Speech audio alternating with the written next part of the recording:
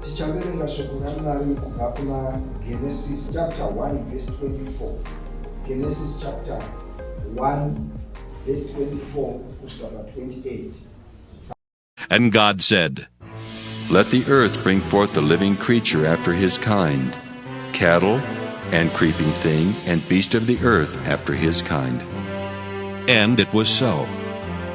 And God made the beast of the earth after his kind, and cattle after their kind, and everything that creepeth upon the earth after his kind. And God saw that it was good. And God said, Let us make man in our image, after our likeness, and let them have dominion over the fish of the sea, and over the fowl of the air, and over the cattle, and over all the earth, and over every creeping thing that creepeth upon the earth. So God created man in his own image. In the image of God created he him. Male and female created he them. And God blessed them. And God said unto them, Be fruitful and multiply, and replenish the earth and subdue it, and have dominion over the fish of the sea, and over the fowl of the air, and over every living thing that moveth upon the earth. God bless the reading of his word. Soko iri arisi idzva isoko ratinoziva. Genesis chapter 1 iyo yataverenga is one of the common scripture yatinoziva kuti vazhinji vanoiziva, vatakaiverenga tikainzwisisa, vamwe takaiverenga tikagona kusainzwisisa. Takamboiparidza asi tinoramba tidzoka kwariri soko raMwari. Soko raMwari rinoramba riri denyu nguva yega yega, nekuti revelation yaMwari inoramba ichizarurika, uye emphasis inenge ichidaitwa naMwari inoramba ichidzoka. Chakanakira mweya mutsvene ndechekuti kana tichinge tabuda mugwara ravo resoko raMwari, Mwari vanoramba vachitaura nesu vatichidzosa kuchirangwa chavo. Saka today ndine soko irori riri kufokasa padominion. Musoro wenyaya wandiri kutaura nezvawo nhasi ndekuti reclaiming dominion, our dominion. Sei ndiri kuti reclaiming our dominion, kana kudzokera pachikuriri chatakapiwa naMwari. Nechikonzero chekuti tikatadza kuzviziva kuti Mwari wakatipa chikuriri pamusoro penyika, pane zvimwe zvinhu Mwari zvaasingatarisiri kuti tinamatire. Izvi zviri kuuya munguva dzandiri kupedza kuva ndichivanamata, ndichivatsvaga Mwari, ndichinamata ndichitsvaga chiso chaMwari. Mweya mutsvene anotanga kuita whisper mandiri kuti pane zvimwe zvatinofanirwa kudzoka kudominion, kutora simba nechikuriri. Haleluya! Nokuti already Mwari vakatotaura vakatoti ndatokupa authority. Ndoda kuti ndimbotanga ndanyatsa kutsanangura tigonzwisa nyaya yedominion neauthority, or delegated authority yatakapiwa naKristu kana naMwari pano panyika. Ndisati ndadzoka kusoko rangu, ndikupei muenzaniso wakakodzera. Munhu akaenda pakambani akaemployiwa nemukuru wekambani, akapiwa kuti ndakupa department rese kuti iwe uve nechikuriri, utonge, uite madecisions, urayire nokuita zvose zvinodiwa. Zvinoreva kuti mukuru wekambani iyeye apa munhu iyeye masimba iwayo kumunhu iyeye kuti agone kuita zvinofanira kuitwa, kunyange asina kumbotanga akumbira kana kubvunza mukuru wake wekambani. Mukuru wekambani anozongodiwa chete kuti iye anzwe ripoti yekuti zvinhu zvese zvaitwa zvakanaka here. Ndikashandisa mumwe muenzaniso, tinoziva nyika dzese dzine atinoti maministry. Eminister akapinda basa anopiwa department, noti ministry chivo chakati, ministry of environment, ministry of education.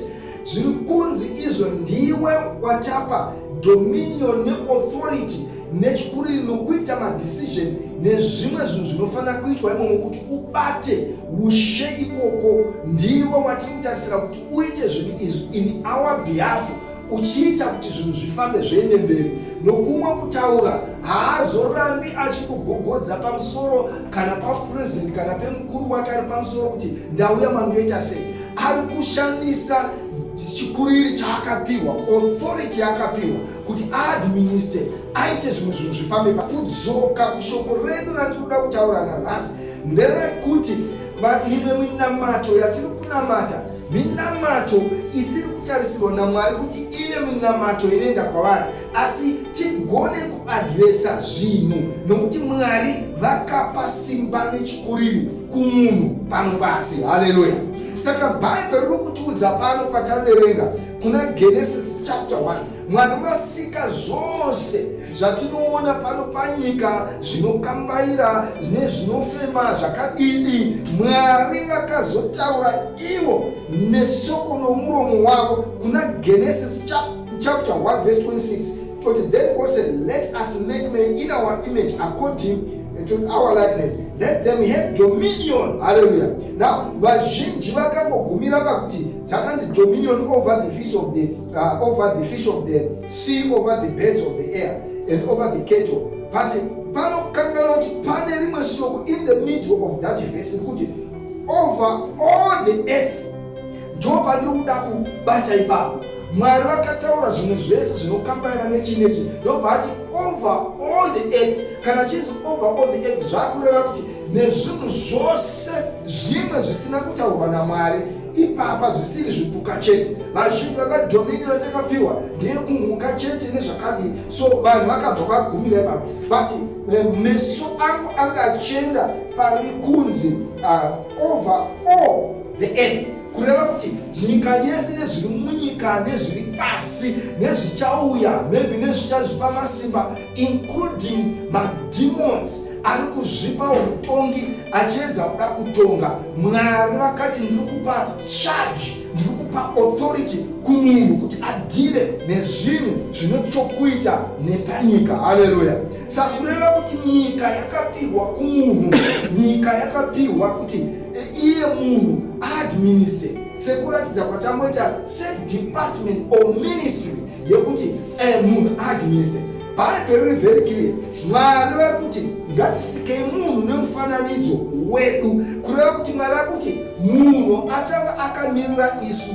He is our representative panyika apa. Kana atimiririra taakumupa authority as if isusu tiri panyika ipapo, achaita sekunge tisu tiripo. Haleluya. Sei ndiri kutaura message tiri kuda kushifta nyaya yekuti patinonamata pamwe pacho Mwari vanoramba vachiita kunge vanyerere, imwe minamato ichiita kunge isina kupindurwa. Mwari vachitaiwazve vana vangu hamusi kundwisa here kuti ndakakupai authority. Chimwe chomoramba muchigogodza padoo pangu ndechei. Haleluya. Pane zvinokumbirwa authority.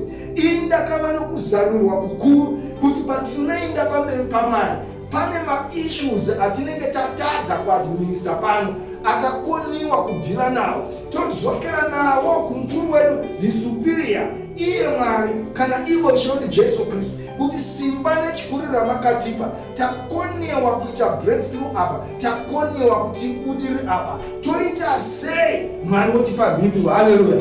Asi zvimwe zvacho Mwari vari kutarisira kuti munhu dhira nazvo. Amen. Ndoda kuti ndikujekeserei chakaitika kuti nyika ive zvairi.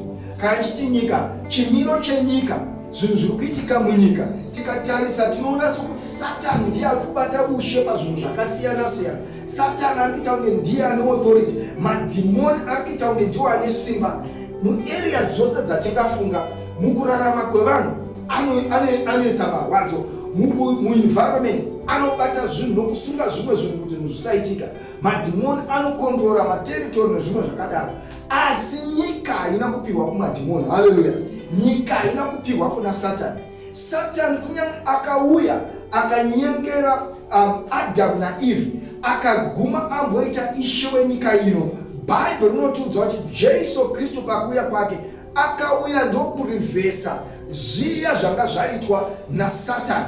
Chikuriri chaanga azvipa chakarivheswa nokuti Jesu akaenda pamuchinjikwa. Ndakambodzidzisa ndikati ini Jesu is the last Adam. Mukufoira kwakaita Adam, Jesus came as the last Adam.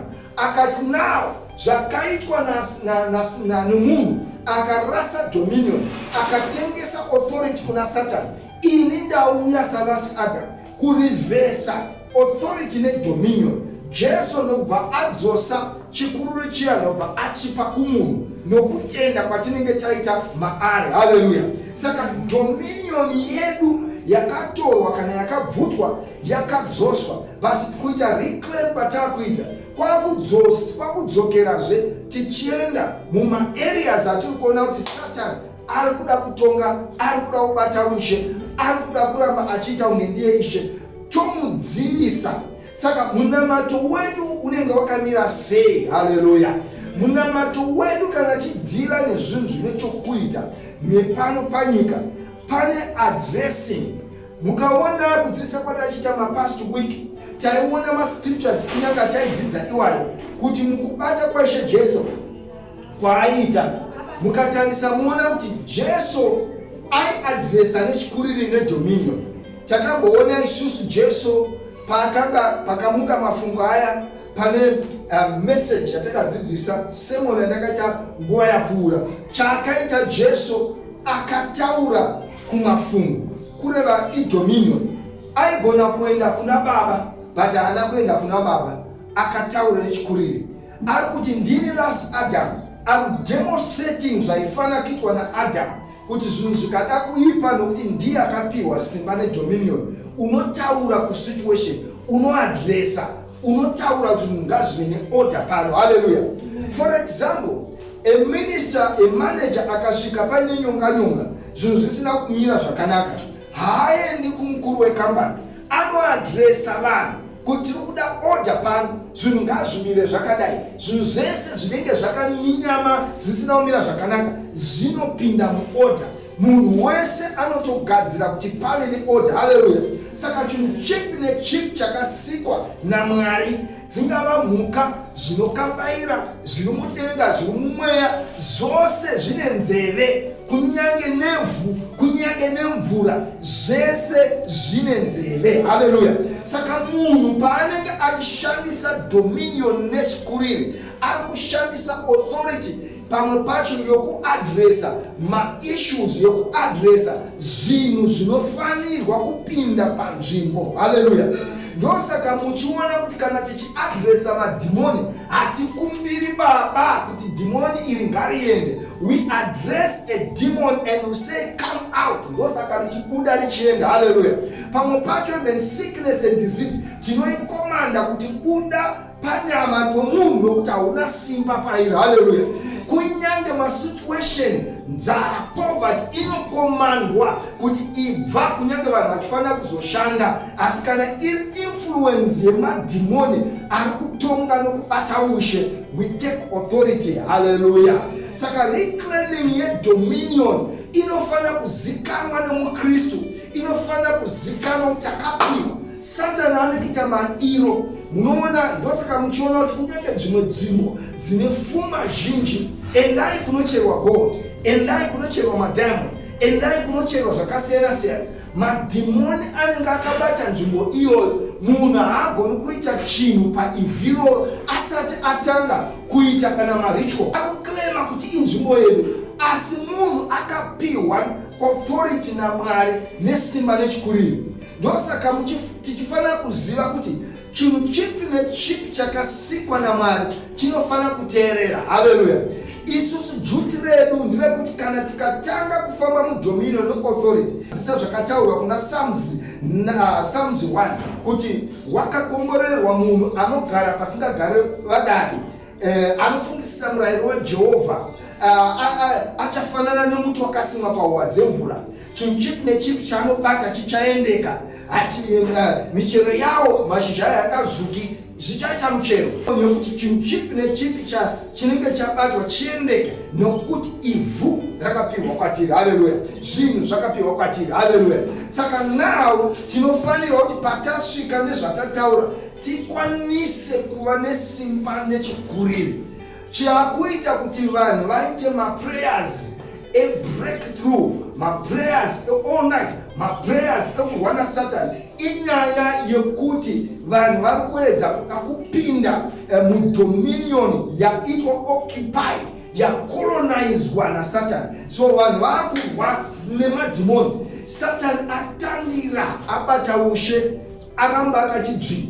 Zvakafanana nokuti zvatirikutaura kuti dominion iyo tikuti yakadzoswa kwatiri, but vanhu havazizivi maKristu kuti authority iyi yatapiwa, simba rapamuromo mmeri pedu nokuexercise zvatinofanira kuexercise.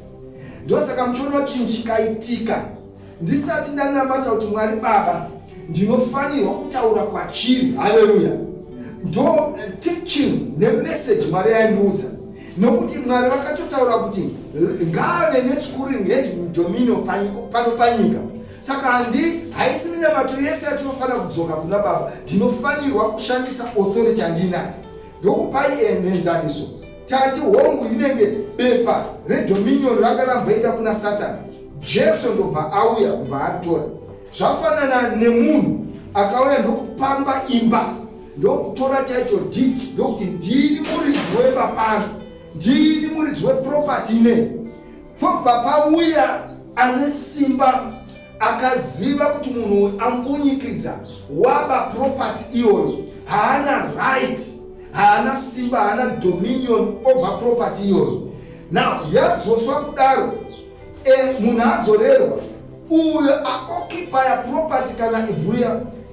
Kana munhu akasaziva kuti ndapiwa authority ya uya anoramba aripo achitogarapo, ukasatonomuyeki Victor habi. Haleluya. Anoramba aripo nokuti anenge achifunga kuti ndichine simba. Saka unoita sei? Unoshandisa gwaro rokuti aiwa indini ndine gwaro, ndakadzorerwa gwaro rokuti ndini ndinotonga pano, ndini ndine authority, ndini ndine dominion. Saka une simba rokutaura kumunhu uya wakasimba. Saka kana ukasadaro munhu uya anoramba aripo. Saka Satani akagona kutandira munzvimbo dzakasiyana siyana, akatora dominion paasingafaniri kutora. Amen.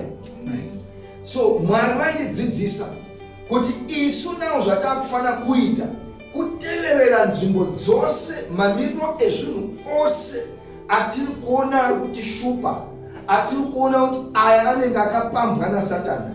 Nokuti kana asiri Satani, Mwari vakati pachikuriri chine chatine tataura chinofanira kuitika, nokuti tafanana naMwari.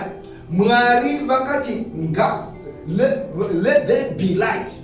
Chinhu chavaitaura chaitika, chinhu chavaitaura chaitika. Same applies.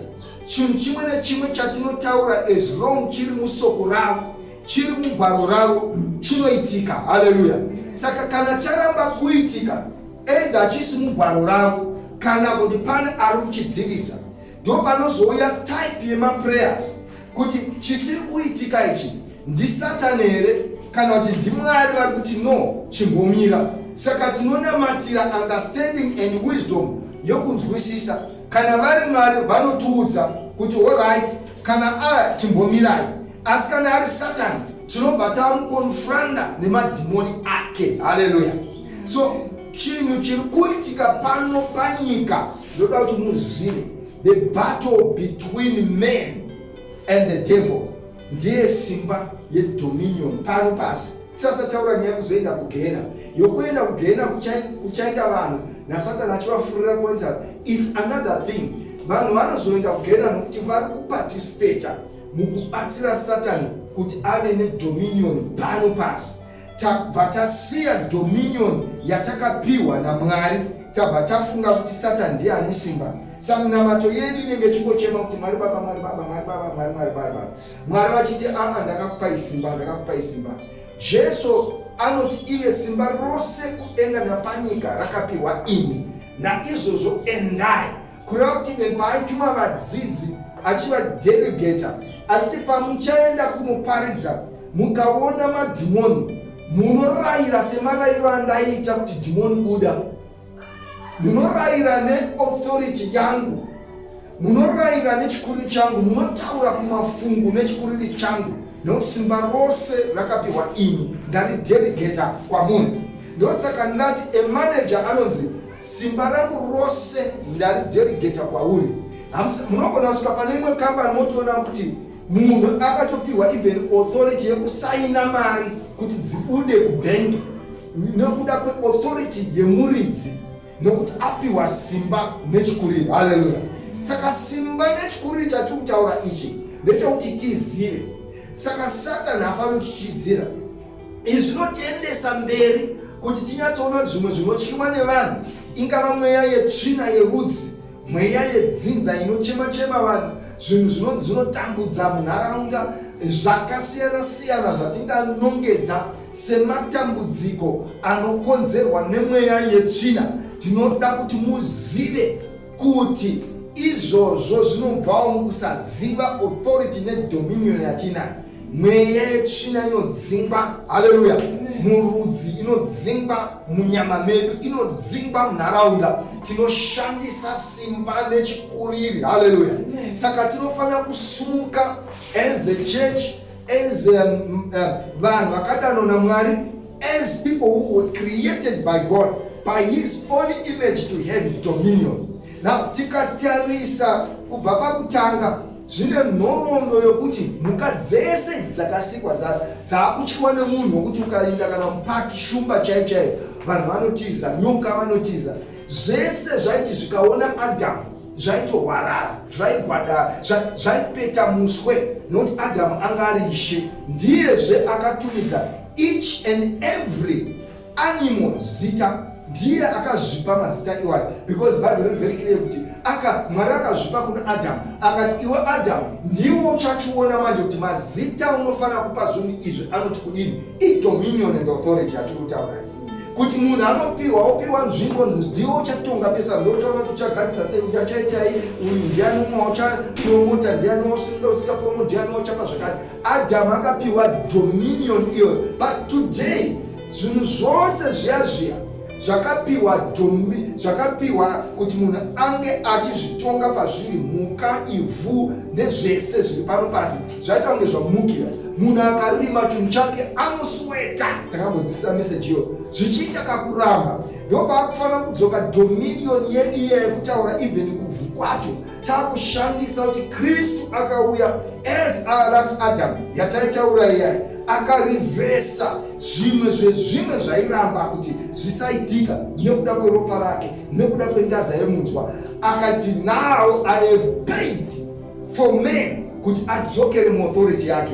But kana isusu tikasazviziva, tikasaadresa kuma items, objects, ivhu, mhuka, masituations, zvinoramba zvakadaro, hallelujah. So God was teaching me my prayers of addressing, my prayers of talking to the things. So munoona kuti ruzhinji runonamata, asoti vanhu kuvashora, but vazhinji vanonamata, vanokwira mukomo, inyaya yokuti they are going there to report to God. Yet God ari kuti deal with the situation. Hallelujah. Na kune minamato yatinonda nayo kuna Baba. Every time patinokonewa something, patinoona charamba ndo patinodzokera. Ndokupai example yeva yatingadzidza kune vadzidzi in a broader sense, though yainzi kusatenda. Vadzidzi vakaedza kudzinga mweya wetsvina ukaramba. Jesu ndokuuya ndokuudzinga. Zvikati sei Ishe tatadza kuuburitsa, ndokubva Jesu apindura vadzidzi achiti zverudzi urwu hazvigoni kuenda nokuti zvinoda prayer and fasting. But vakavamboedzawo kuexercise authority yavo zvikaramba. Now tinoziva kuti kunyange munhu akapiwa authority nedominion, panenge paramba ndosaka vachitako appeal to the superior power. Tione kuti tinopabuda sei. Ndo minamato yatinogona kuenda nayo kuna Baba kuti we have been dealing with this situation for a long time. Yaramba kugadzirisika. What should we do? Hallelujah. Then tokumbira Mwari wotiudza, tobvunza Mwari tokumbira Mwari wotipa simba, tobvunza Mwari wotiudza zvokuita. Asi zvimwe zvose zvinofanirwa kutaurwa kwazviri. Hallelujah. Saka paya pamuchaona tichizonamatira vanhu, as the church, this assembly is going to grow, vanhu vazhinji pavachauya vaine matambudziko, vakasungwa nemadhimoni, sezvataiona kune mamwe assembly kwatainamatira vanhu vachiuya different kinds of problems. Patinouya tiri kuadminister, tiri kurayira, tiri kutaura, kumasituation iwayo, tiri kutaura kumadhimoni, tiri kutaura kuzvirwere, kuti kuda neauthority yaJesu. Ndosaka tinamate muzita raJesu. Haleluya. Hatisi kukumbira, tiri kuudza zvirwere, tiri kuudza madhimoni zvokuita, tiri kuudza nhamo zvokuita, tiri kuudza masituation akavhara, tiri kutaura kuenvironment, tiri kutaura kuivhu, kuti iwe unofanira kuteerera nokuti takapiwa simba nechikuriri. Haleluya. Kana chikuriri ichocho tikasachishandisa, the devil will take territories. The devil ndosamuchiona kuti mukasvika munzvimbo, Satani anenge akabata ushe munzvimbo imomo. Vanhu vese vanenge vane behavior inokusenza kuti muno mune mweya wemadhimoni uri kutonga. Indakaita opportunity yekungofamba kune dzimwe nzvimbo. Ndakaenda kuMozambique, ndaitoziva ndikapinda mune dzimwe nzvimbo kunana Manika kuya, unosenza nokunzwa mweya wemadhimoni ari kubata imomo. Ukaenda kuManika, ndaisenza nokunzwa mweya unobata munzvimbo idzodzo. Kwese kutakaenda tichiparidza, tichiisa maassembly, but taizwisa kuti dominion and power raSatani rikubata muno nderakati. Saka isusu taifanirwa kuita sei? Tinonamata tichiudza mweya yenzvimbo iyoyo kuti itame, nokuti isu tauya varidzi vane dominion neauthority. Haleluya. KuSouth Africa ndaiveko, waigona kusenza kunzwa kuti muno mune mweya urimo, kana kuti wedanger yakadai, wehatred, wekilling. Kune mweya wevanhu vamwe kuti they can do anything. It's a demonic atmosphere inenge yakagadzirwa muarea. But kana tauya nesimba, nedominion, nechikuriri, tinogadzirisa nzvimbo. Haleluya. Ndosaka ifanira kuti muKristu akasvika panzvimbo, chero pawasvika mumba kana paarea, kana yanga yakabatwa nemweya wetsvina, madhimoni anofanira kutotiza. Taiona last week nyaya yaLegion iya, chakaita kuti madhimoni aite chipatapata, avhunduke, atye, atize, ade kurwisa Jesu. Akanzwisa kuti muridzi weteritori chaiye asvika. Haleluya. So minamato yatinogona kuita paya patoti ngatsvage Mwari, tingatonotsvaga more power, more authority, more anointing. Ndio yatinokumbira kuna Baba nekuna Jesu. Asi muna Mutsvene tinani, asi yekudhila nezvinhu izvi, Mwari anoti, Mwari vaiti, ndakakupai simba nechikuriri, have dominion. Haleluya. Tikadzokera kuscripture yedu munoona kuti Mwari havana kumbonzvenga panyaya yezvavaida kuti munhu aite. Vari kuti ivo over the birds of the air and over the cattle, over all the earth and over every creeping thing that creeps on the earth. Vanhu vanotochekana nesvosve kana nebete chairo, munhu anojamba kunoyedha, chisingafaniri kutyisa, zvidhanana kana mariza dzese, zvese zviya zvinofanira kunge zvaifanira kusubmita. Haleluya. Asi zvese zvotyisa, vanhu vanovhunduka, zvokutya chakuridza mbere, unga acharohwa nembuka wesinyoka. Asi tiri kuti even today, hatisi kuti ndai munoedza simba renyu kana kuda kutesta Mwari, pandinokangokudza to extend your faith nedominion yatofanira kuva nayo. Nokuti Ishe Jesu vakatotaura kuti kunyange mukabet on serpents hadzisingakukuwadziri. Idominion, iauthority. Hongu vanhu vakazointerpreta taine madhimoni, tisatataura kuti madhimoni, although serpents can represent madhimoni, zvaitoreva zvazviri kuti ndikatsika nyoka nemistake, kwete kuti ndatsvaga kuti ndirume kuidenda. Zvinoitika kuti unotsika nyoka nemistake, haifaniri kukuruma, nokuti iwe une dominion. Haleluya. Tine authority yayo. Haleluya.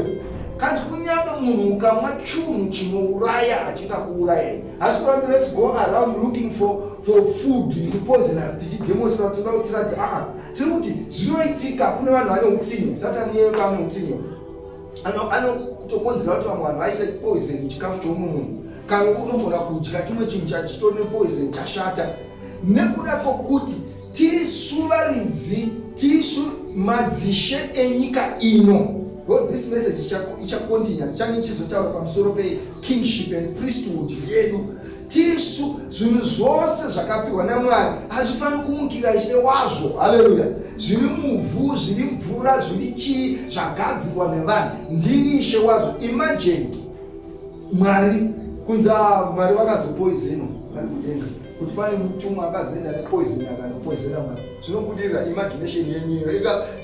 Nyangwe dai kunzi anenge aiisa, imagine mawanza kuti Mwari akati tau ari pachigaro chake akazomhanyiswa nevatumwa vanzi hazviitiki, ndishe ane authority, hazvifi zvakaitika. Nyangwe dai vanhu vakaedza, that's why Satani asina kubudirira. Hakuna chinoitika, chero any aro ingaedza kuda kumukira Mwari hakuna chinobuda. So Mwari ndo zvaendiratidza kuti anything chiri pano pasi, anything ivhu svosve chini, anything is submissive to the authority of man. Hallelujah. Zviri pasi penu, tisu tinotonga pano pasi. Hallelujah. Mwari vanotonga kudenga nepanyika, asi nyika akaipa kuvana vevanhu. Bhaibheri rinotodaro akaipa kwatiri. But muona dai Satani asipo, hapana chimwe chinhu chaipo, pasina matambudziko matiri kuona. Tinoziva kuti chinhu chakazouya Satani maapinda. But chakuitira ndechekuti nawo vanhu vakasidha authority yavo nedominion kuna Satani. To extend yekuti Satani akauya kuzopamba ndiye akutotyiwa, vanhu vakutoderera dhimadhimoni Satani yet iye anofanira kutomboenda achitongonzwa kuti kwasvika muKristu, kwauya munhu ane authority.